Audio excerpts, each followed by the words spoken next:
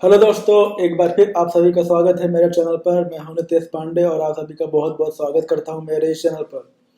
आज हम बात करेंगे एक नए मोटिवेशनल वीडियो के बारे में। और मोटिवेशनल के अंदर आज हम कुछ सीखने की कोशिश करेंगे इंग्लिश के अंदर।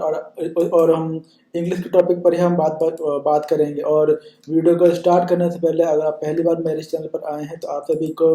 इस वीडियो के नीचे एक रेड सब्सक्राइब बटन और एक बेल आइकन भी दिख रहा होगा, तो अभी जाइए उन दोनों को प्रेस कर दीजिए और मेरे चैनल से कनेक्ट हो जाइए, ताकि मेरे आने वाले हर नए वीडियोस को आप देख सकें, उनसे कुछ सीख सकें, अपनी लाइफ में ग्रोथ कर सकें और अपने जीवन में एक अच्छे व्यक्ति बन सकें। तो दोस्तों, स्टार्ट करते हैं हमारा आज का नया वीडियो। इसके पिछले वीडियो में मैंने आपको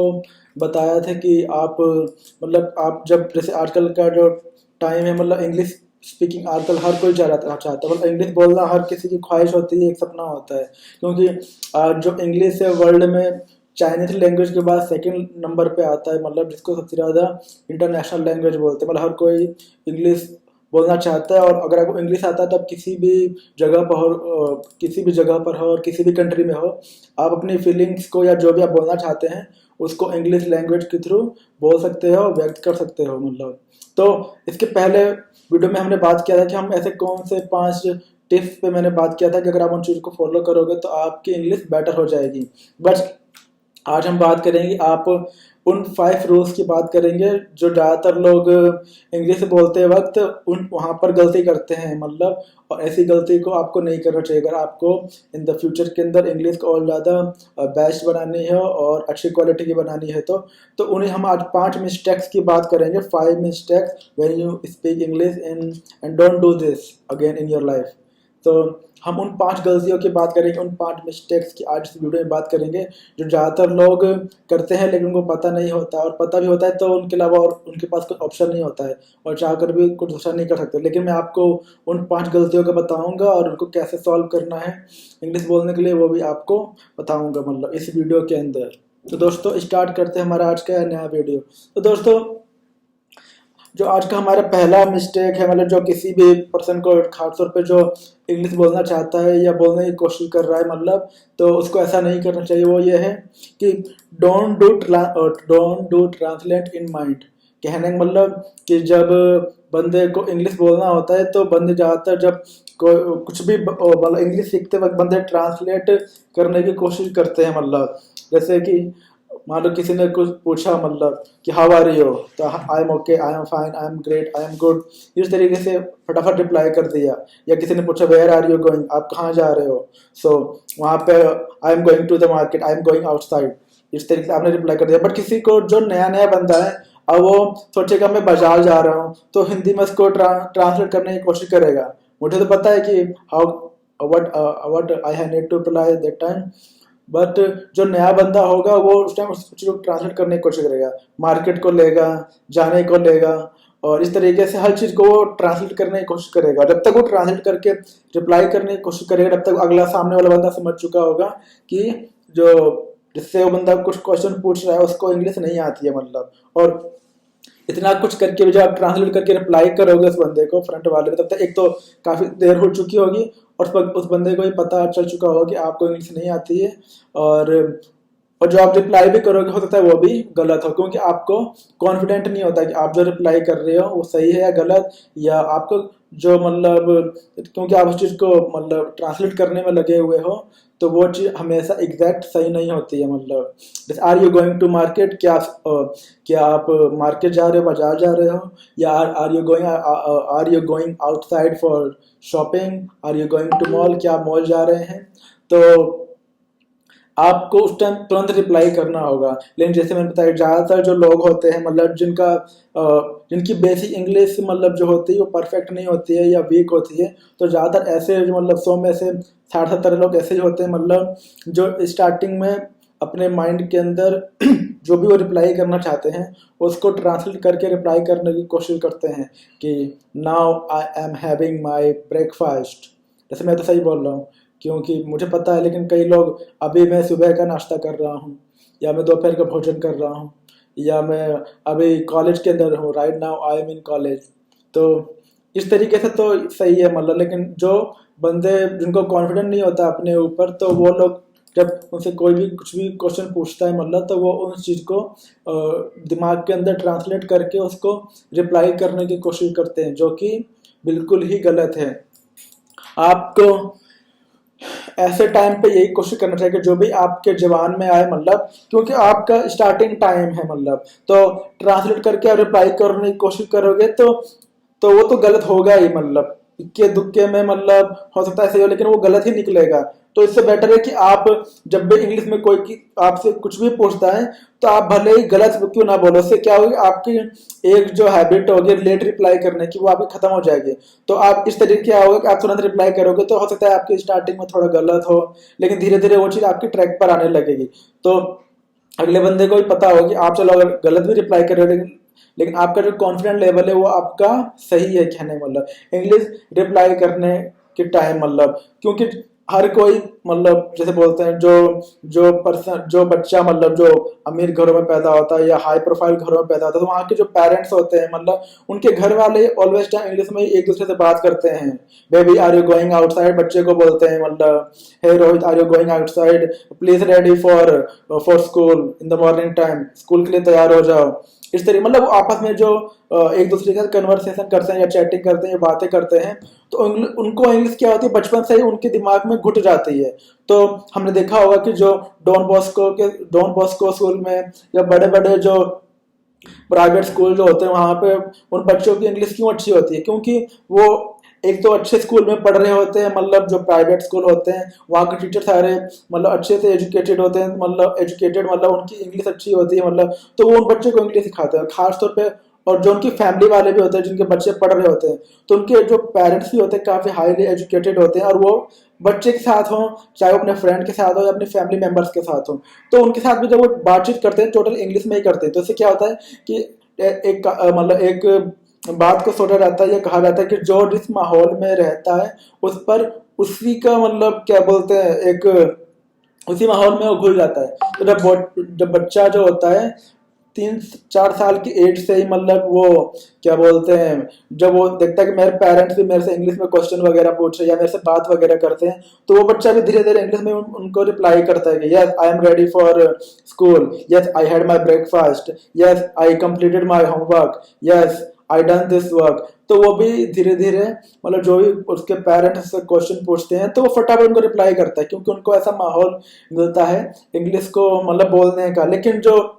आमतौर पर सिंपल फैमिली से बिलोंग करते हैं मतलब या गवर्नमेंट स्कूल में पढ़े हुए बच्चे होते हैं, तो उनकी जो मतलब पढ़ाई तो वो कर लेते हैं, लेकिन जो इंग्लिश बोलने के प्रति जो उनका कॉन्फिडेंट होता है या जो बोलना चाहते हैं उतना उनका अभी स्ट्रांग नहीं होता है मतलब, क्योंकि उनका ऐसा बचपन से उनको ऐसा माहौल नहीं मिलता है। तो ऐसे बंदों को स्टार्टिंग टाइम में जब आप इंग्लिश सीख रहे हो या बोलने की कोशिश कर रहे हो, तो आपसे कोई भी कुछ भी पूछता है तो बस आप रिप्लाई कर दो मतलब जो भी उस टाइम आपके दिमाग में चल रहा है मतलब, भले ही वो गलत क्यों ना हो। इससे क्या हो कि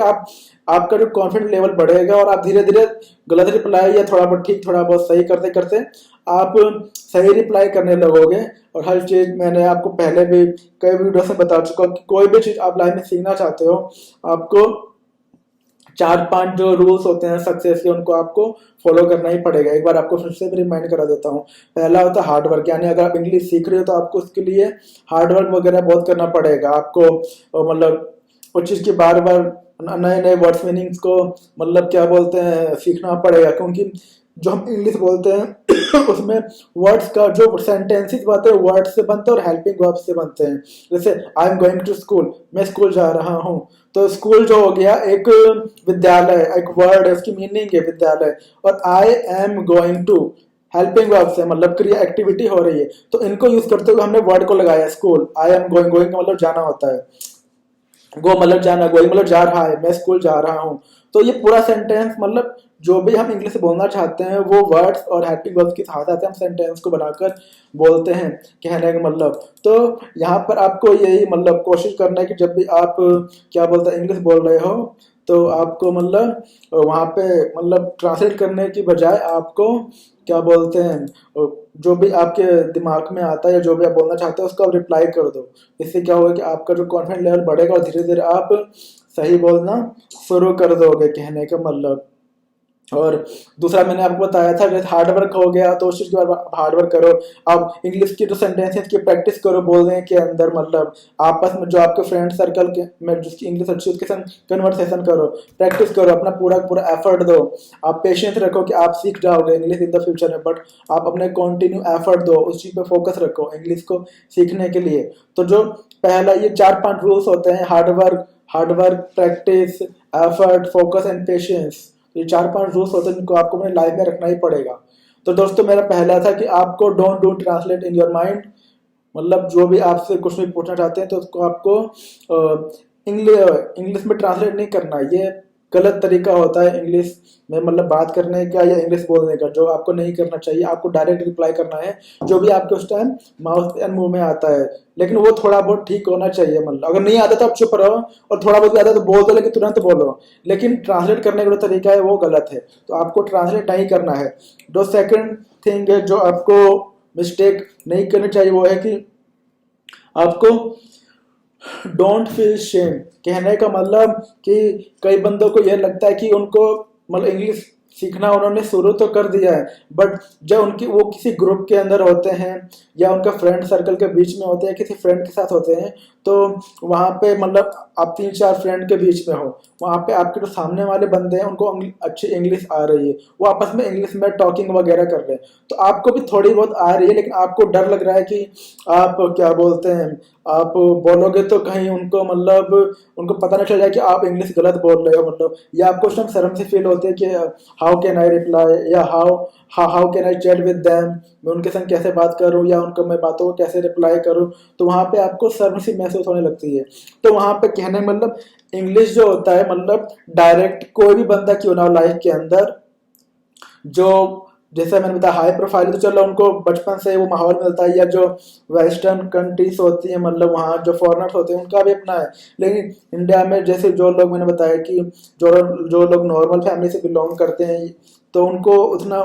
बचपन से गवर्नमेंट स्कूल में पढ़े हुए होते हैं, तो वो इंग्लिश में उतना ज़्यादा उनका कमांड नहीं होता, लेकिन वो भी कोशिश करते हैं तो वो चीज़ सीख सकते हैं। तो ऐसे लोग जो मतलब कोई भी बंदा हो, हर चीज में परफेक्ट बनने में टाइम लगता है, और जब तक आप स्टार्ट नहीं करोगे आप उस चीज के अंदर माहिर नहीं हो सकते। कहने का मतलब अगर आप इसी तरीके से अपने अंदर शर्म को बांध कर रखोगे कि नहीं मैं बोलूंगा ही नहीं या मैं बात करूंगा ही नहीं, तो आप जब तक कोशिश नहीं करोगे मतलब बोलने की, तब तक आप क्या बोलते हैं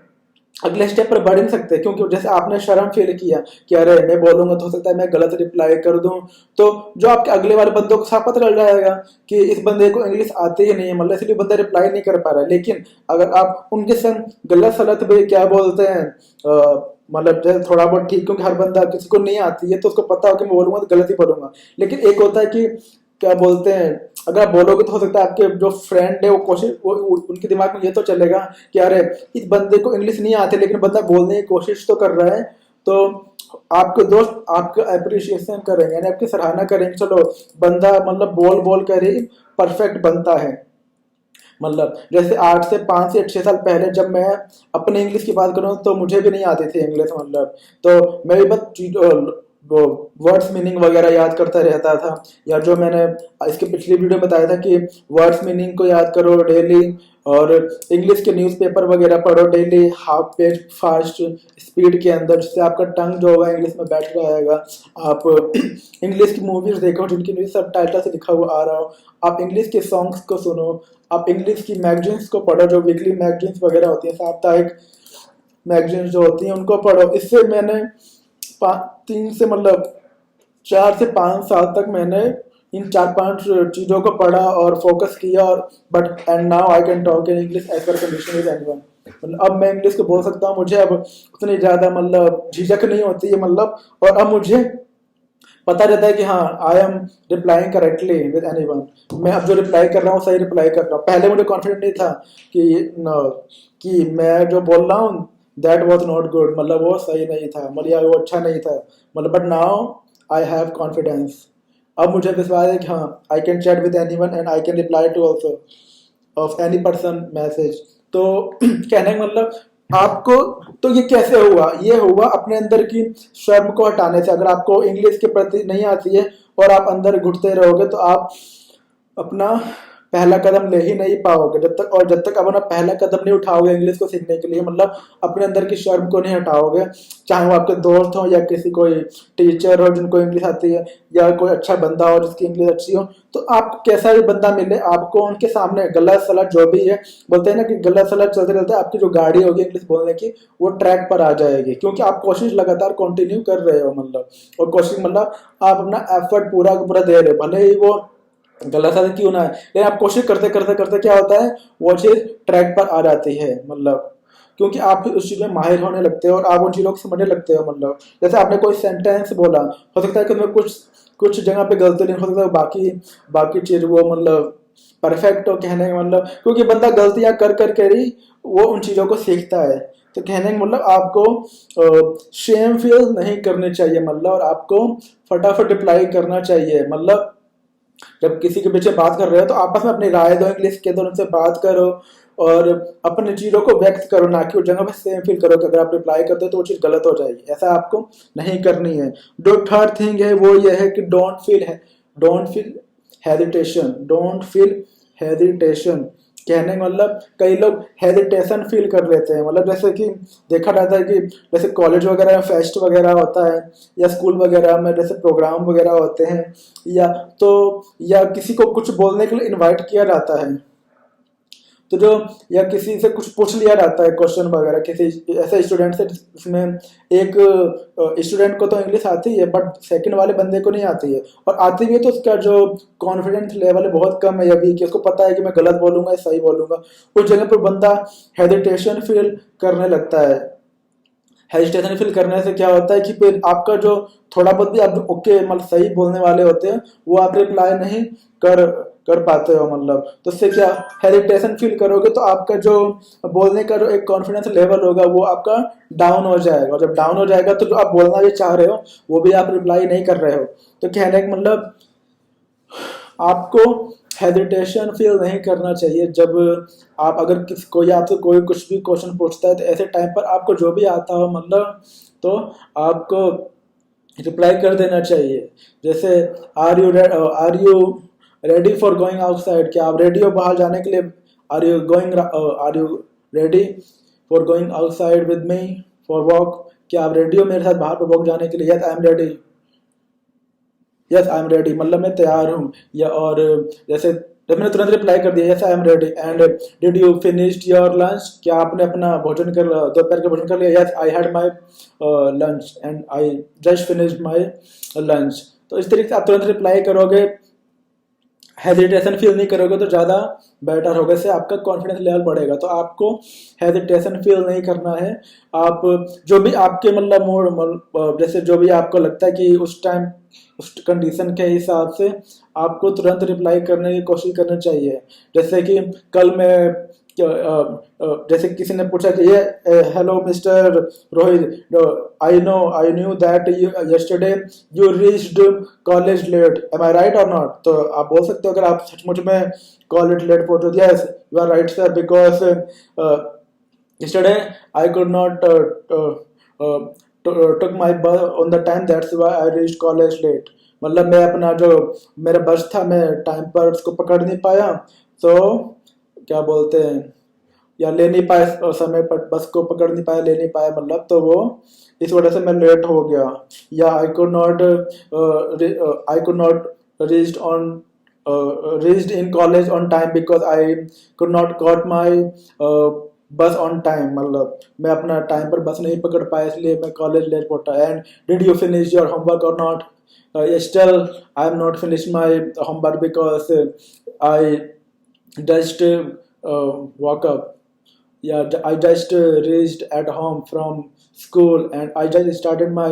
homework now। तो इस तरीके से आपको रिप्लाई करना है, और आप रिप्लाई करोगे बिना हेजिटेशन के तो आप ही के लिए वो अच्छा होगा। हेजिटेशन करने से क्या होता है कि आपका जो कॉन्फिडेंस लेवल डाउन होगा और आप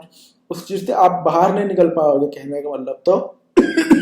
इंग्लिश के अंदर ये बहुत ज्यादा जरूरी है कि जब भी आपसे कोई कुछ पूछता है तो उस जगह पर हेजिटेशन फील नहीं करना। जैसे किसी को स्टेज पर बुलाया जाता है, hey Rahul please come on stage and share your some points about the study, कहने का मतलब हेलो मिस्टर रोहित, आप क्या बोलते स्टेज पर आइए और कुछ अपनी तरफ से स्टडी के बारे में कुछ पॉइंट शेयर कीजिए, या which type of subject do you like in the reading, किस टाइप का जो सब्जेक्ट्स या टॉपिक को आप पसंद करते हैं स्टडी के विषय में। मतलब जैसे I liked English language and I liked English topic as per my choice, मेरे चॉइस के हिसाब से। तो आपको कहने का मतलब आपको हेजिटेशन फील नहीं करना है और जो भी आपको रिप्लाई करना है तुरंत करना है, कहने का मतलब तभी आप इंग्लिश को अपनी बहुत जल्दी इंप्रूव कर पाओगे। इस हैबिट को अपने माइंड से या अपने अंदर से निकालने की कोशिश करना है।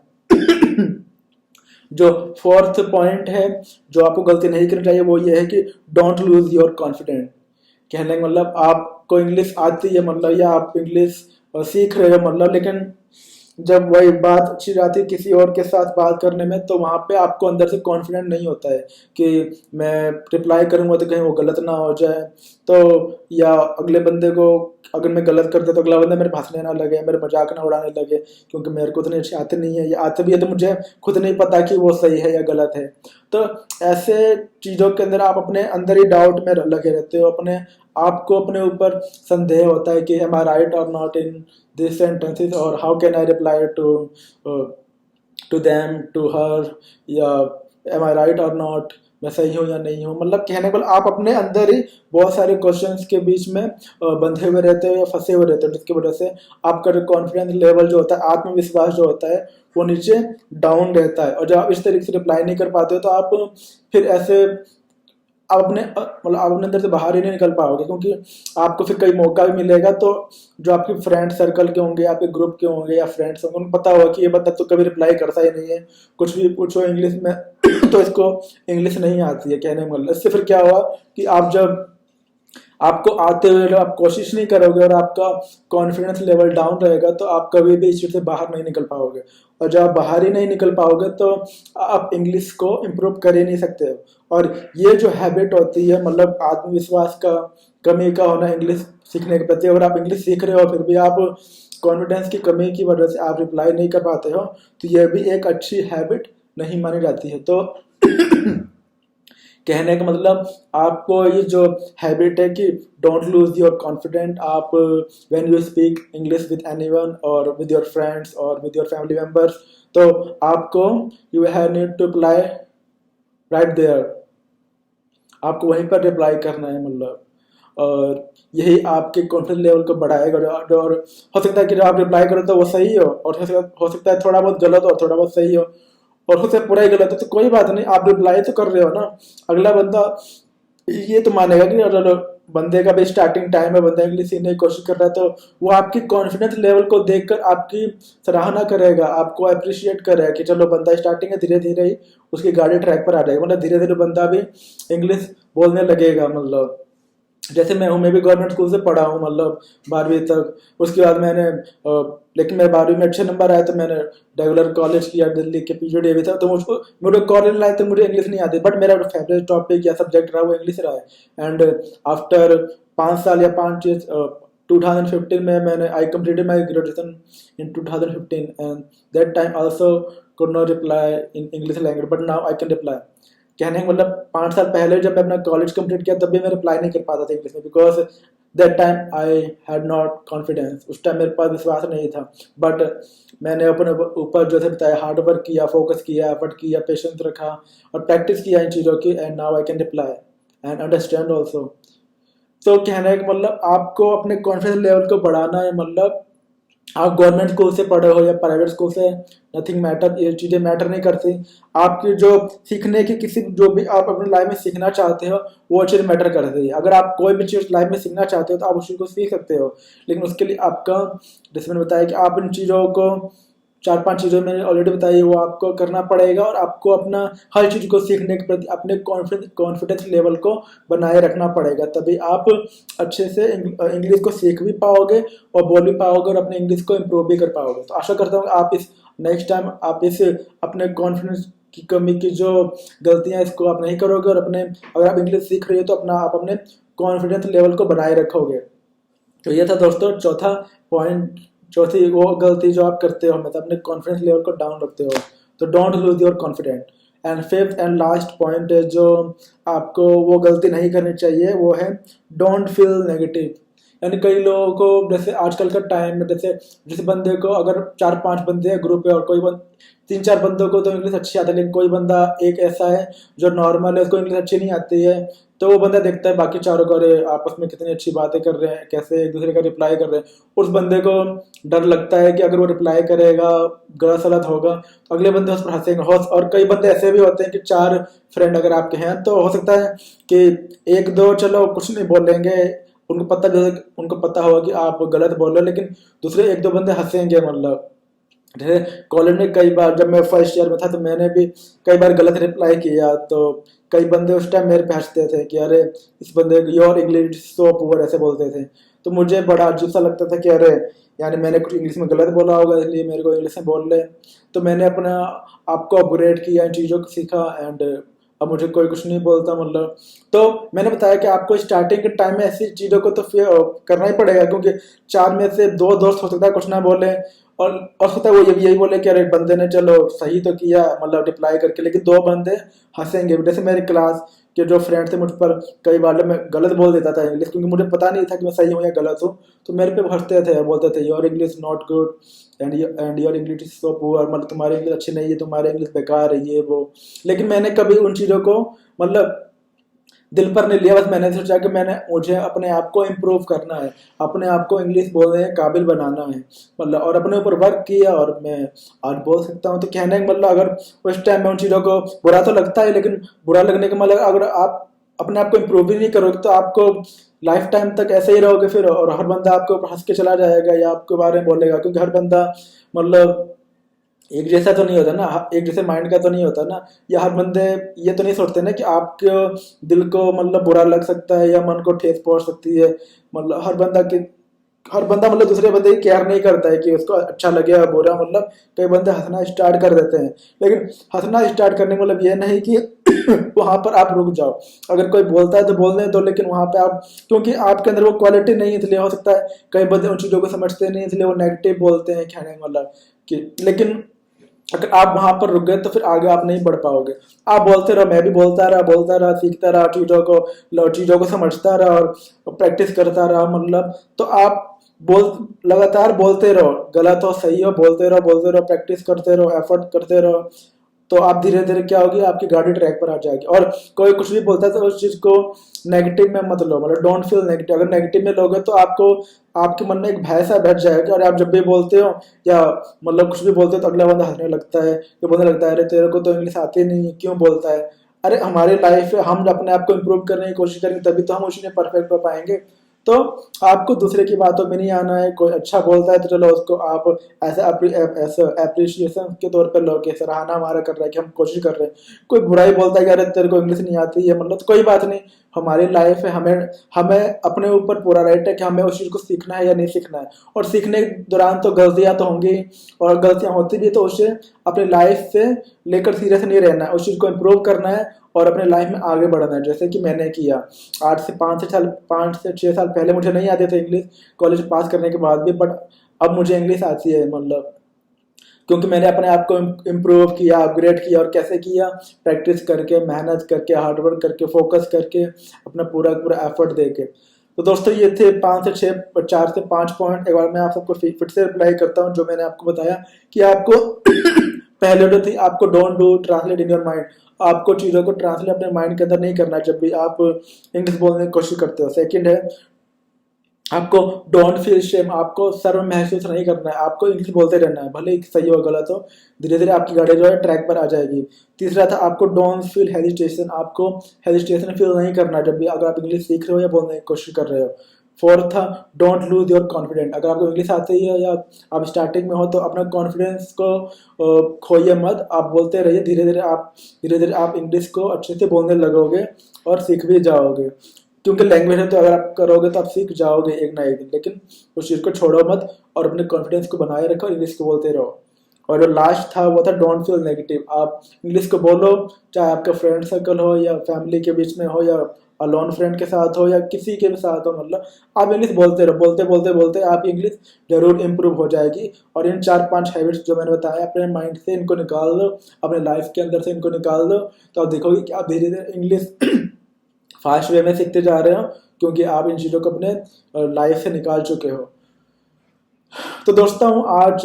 कि ये वीडियो आप सभी को बहुत बहुत पसंद आई होगी, कि क्योंकि ज़्यादातर ये गलतियां मैंने अपने लाइफ के अंदर की थी, तो इसलिए जो मेरे लाइफ का एक्सपीरियंस था इंग्लिश सीखने के प्रति वही मैंने आप सभी को शेयर किया है। क्योंकि मैं भी पहले ट्रांसलेट वगैरह करता था, पर मुझे पता चला कि this is not a good thing if you want to learn English, तो इसलिए मैंने आप सभी को शेयर किया। कैसा लगा आप सभी को मेरा आज का नया वीडियो? लाइक एंड कमेंट करके जरूर बताइएगा। फिर मिलेंगे नई वीडियो में एक नए टॉपिक के साथ, तब तक के लिए टेक केयर डियर फ्रेंड्स।